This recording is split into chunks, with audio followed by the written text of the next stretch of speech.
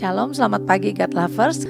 Tiap jam kita membutuhkan Tuhan. Kita percaya tiap jam juga Dia akan melindungi kita, menyertai kita sepanjang hidup kita.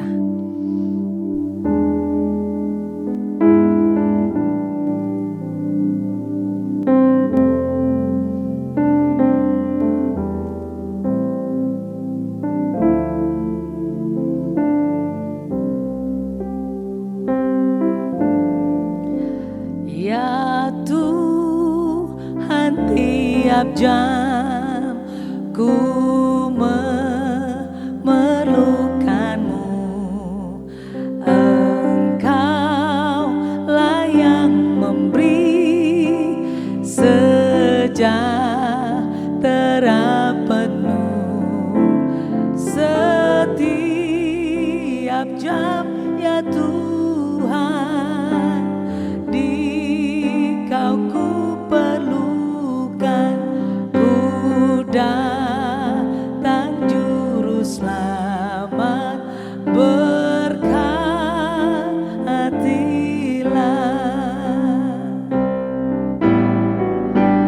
Ya Tuhan, tiap jam di suka dukaku, jikalau Tuhan jauh,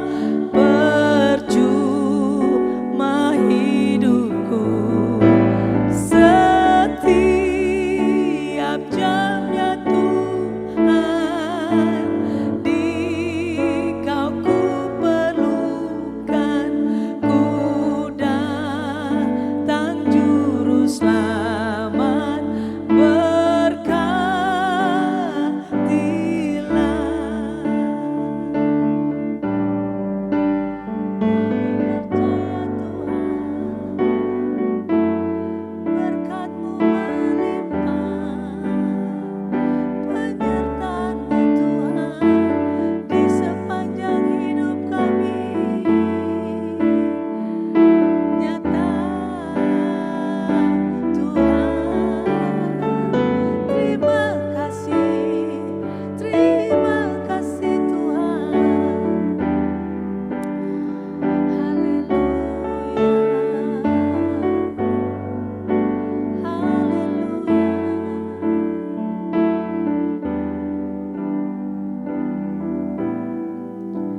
Setiap jam, ya Tuhan,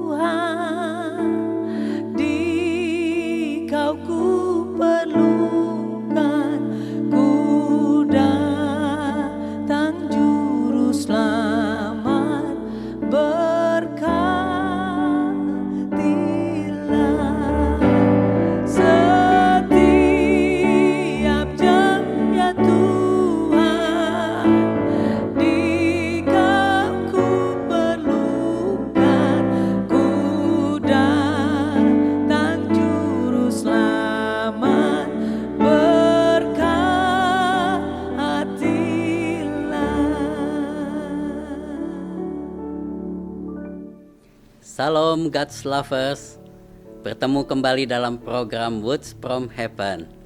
Mari kita bicarakan tema pagi ini, komitmen awal tahun. Di tahun yang baru, banyak orang yang membuat komitmen pribadi untuk dilakukannya di tahun yang baru. Mungkin juga saudara sudah melakukannya demikian. Ada yang bertekad untuk menguruskan badan di tahun ini, akan lebih banyak lagi berolahraga, berhenti merokok, dan akan makan makanan sehat bergizi, akan mengamalkan gaya hidup yang lebih sehat dan lain sebagainya. Banyak orang Kristen yang berkomitmen, Tuhan, saya akan lebih baik lagi di tahun ini, akan lebih banyak berdoa, lebih banyak membaca Alkitab setiap hari, dan lebih teratur, lebih setia, rajin beribadah ke gereja. Suami berkomitmen akan lebih memperhatikan istri dan anak-anaknya. Mau pergi makan bersama minimum 1 kali 1 minggu. Istri berkomitmen akan lebih menghormati suaminya, mengurangi kecerewetannya, akan belajar masak, akan merubah dekorasi rumah sehingga lebih indah lagi. Nah, setiap kita di awal tahun memandang jauh ke depan dan seringkali kita berkomitmen, aku akan begini, aku akan begitu, aku akan lebih baik dari tahun yang lalu. Saudaraku, tetapi pengalaman menyatakan seringkali kita gagal untuk menepati apa yang telah menjadi komitmen kita di awal tahun. Why? Mengapa? Alasan satu-satunya adalah karena kita tidak cukup kekuatan dalam diri kita untuk mampu menggenapi komitmen yang kita buat itu. Berkomitmen untuk memulai suatu kebiasaan yang baik atau menghentikan kebiasaan-kebiasaan yang buruk tidak akan berhasil sampai kita mempunyai motivasi diri yang benar. Contohnya, jika Anda berkomitmen untuk setiap hari membaca Alkitab, motivasinya apakah itu untuk memuliakan Allah supaya rohani kita bertumbuh, atau karena tidak enak sama gembala atau mentor gereja karena membaca Alkitab adalah program gereja tahun itu? Mengapa Anda mau menguruskan badan?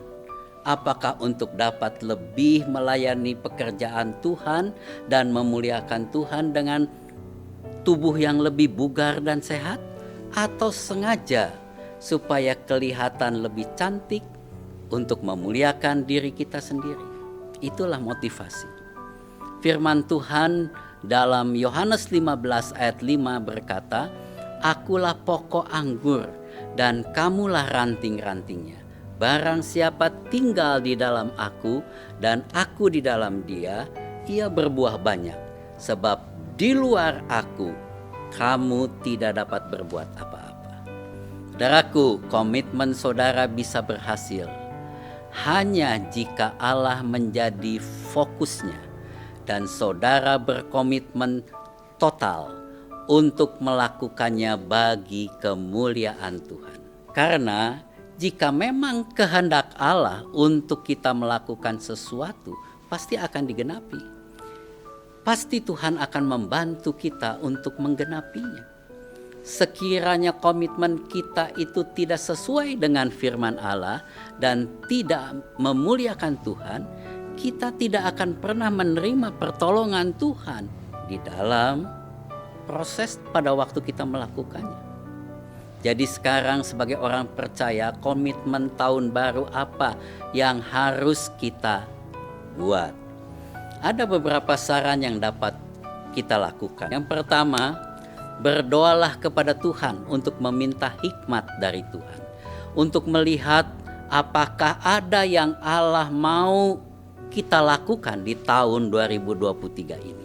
Tetapi apabila di antara kamu ada yang kekurangan hikmat, hendaklah ia memintakannya kepada Allah yang memberikan kepada semua orang dengan murah hati, dengan tidak membangkit-bangkit, maka hal itu akan diberikannya juga kepada kita. Yakobus 1 ayat 5. Yang kedua, berdoalah agar Tuhan memberikan hikmat untuk mengetahui bagaimana menggenapi tujuan atau visi yang telah Allah berikan kepada kita untuk tahun ini, bagi kita, keluarga kita, gereja kita.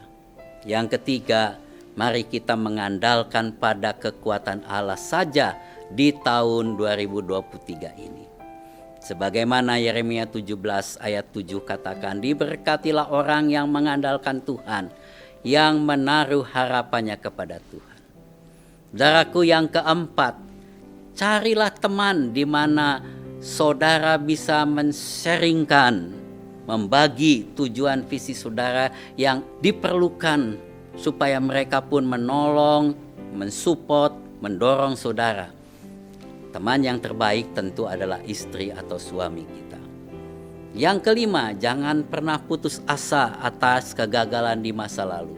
Melainkan biarlah kegagalan itu menjadi motivasi untuk kita melangkah lebih jauh dengan hati-hati. Yang keenam, janganlah menjadi sombong atau bermegah diri, tapi berikanlah semua kemuliaan bagi Allah. Mazmur 37 ayat 5 dan 6, serahkanlah hidupmu kepada Tuhan dan percayalah kepadanya, dan Ia akan bertindak.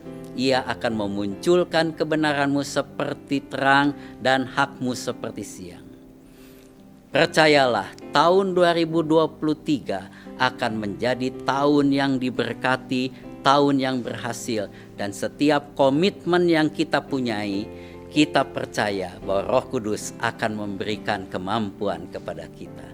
Tetap semangat saudaraku, Tuhan memberkati saudara di tahun 2023 ini. Mari kita berdoa. Kami percaya Tuhan, setiap komitmen anak-anak-Mu di tahun 2023 adalah untuk memuliakan Engkau. Karena kami percaya sesuai dengan firman-Mu, segala sesuatu adalah dari Tuhan, oleh Tuhan, dan untuk Tuhan. Segala kemuliaan hanya bagi-Mu saja. Tolong kami, berikan kami hikmat, supaya kami tahu apa yang kami harus lakukan di tahun ini. Tuhan memberkati seluruh saudara yang mendengarkan program ini. Dalam nama Tuhan Yesus. Haleluya. Amin. Bagi God's lover yang merasa diberkati, bisa membagikan link YouTube renungan ini kepada saudara, kerabat, teman-teman, keluarga, saudara semua. Terima kasih. Tuhan Yesus memberkati.